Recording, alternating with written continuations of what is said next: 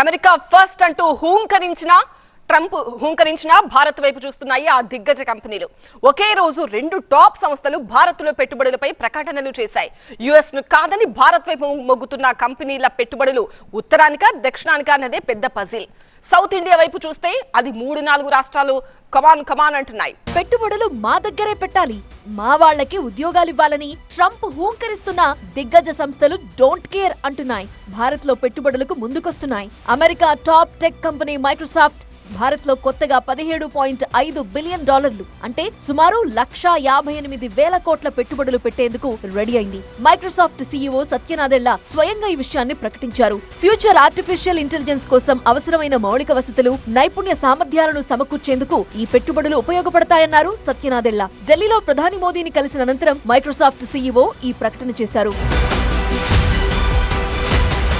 వచ్చే 4 ఏళ్లలో భారత్ లో $17.5 బిలియన్ పెట్టుబడులు పెట్టడానికి మైక్రోసాఫ్ట్ సిద్ధమైంది. ఈ ఏడాది జనవరిలో ప్రకటించిన $3 బిలియన్ పెట్టుబడులకు ఇది అదనం. హైదరాబాద్ లో 2026 మధ్య కల్లా India south central cloud region కార్యకలాపాలు ప్రారంభిస్తా ఉంటోంది మైక్రోసాఫ్ట్. 2 ఈడెన్ గార్డెన్లకు సమానమైన 3 అవైలబిలిటీ జోన్లు ఆ రీజియన్ లో ఉంటాయి. 2030 కల్లా 2 కోట్ల మంది భారతీయులకు ఆర్టిఫిషియల్ ఇంటెలిజెన్స్, ఏఐ నైపుణ్యాలు నేర్పించాలని నిర్దేశించుకున్న లక్ష్యాన్ని రెట్టింపు చేసే సంకల్పంతో ఉంది మైక్రోసాఫ్ట్. 2 నెలల వ్యవధిలో దేశానికి వస్తున్న 3వ అతిపెద్ద ఏఐ ఆధారిత పెట్టుబడి మైక్రోసాఫ్ట్ దే.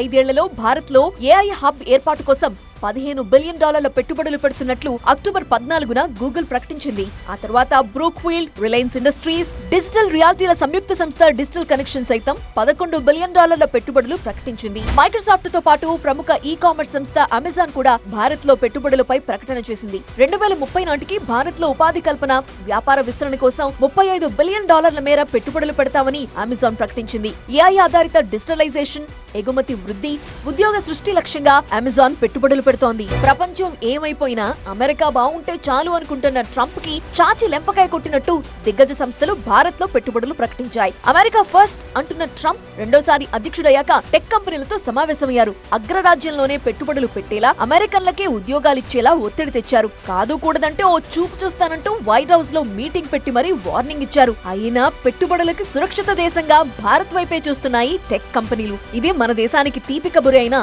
ఆ సంస్థల పెట్టుబడులు ఉత్తరాది రాష్ట్రాలకా దక్షిణాదికా అనే చర్చ మొదలైంది. ఉత్తరమైతేనేం దక్షిణమైతేనేం మన దేశానికి పెట్టుబడులు వచ్చాయి అంతే చాలు అనుకునే పరిస్థితులు లేవు.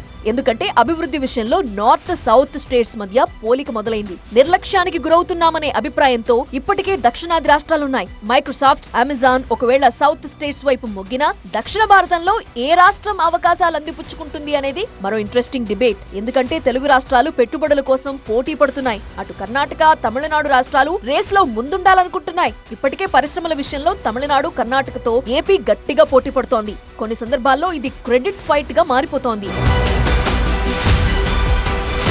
విశాఖలో గూగుల్ ఏఐ డేటా సెంటర్ ఏర్పాటుతో తమిళనాడు ప్రభుత్వం విపక్షాల విమర్శలు ఎదుర్కోవాల్సి వచ్చింది. కర్ణాటక పరిశ్రమలకి వెల్కమ్ చెప్పడంతో ఏపీపై ఫైర్ అయ్యారు కర్ణాటక పాలకపక్ష నేతలు. పెట్టుబడులను ఆకట్టుకునే టార్గెట్ తోనే అమెరికా టూర్ లో ఉన్నారు ఏపీ మంత్రి నారా లోకేష్. ఇటు తెలంగాణ రైజింగ్ స్లోగన్ తో 2 రోజులు గ్లోబల్ సమ్మిట్ నిర్వహించిన రాష్ట్ర ప్రభుత్వం పెట్టుబడులని ఆహ్వానించేందుకు ఏ చిన్న అవకాశాన్ని వదులుకోవటం లేదు. అటు తమిళనాడు, కర్ణాటక రాష్ట్రాలు కూడా ఇజ్జత్గా సవాల్ అన్నట్టుగా తీసుకున్నాయి. ఇలాంటి పరిస్థితుల్లో మైక్రోసాఫ్ట్, అమెజాన్ భారీ పెట్టుబడుల ప్రకటనతో సౌత్ వర్సెస్ నార్త్, సౌత్ లో స్టేట్ వర్సెస్ స్టేట్ అన్నట్టుంది కాంపిటీషన్.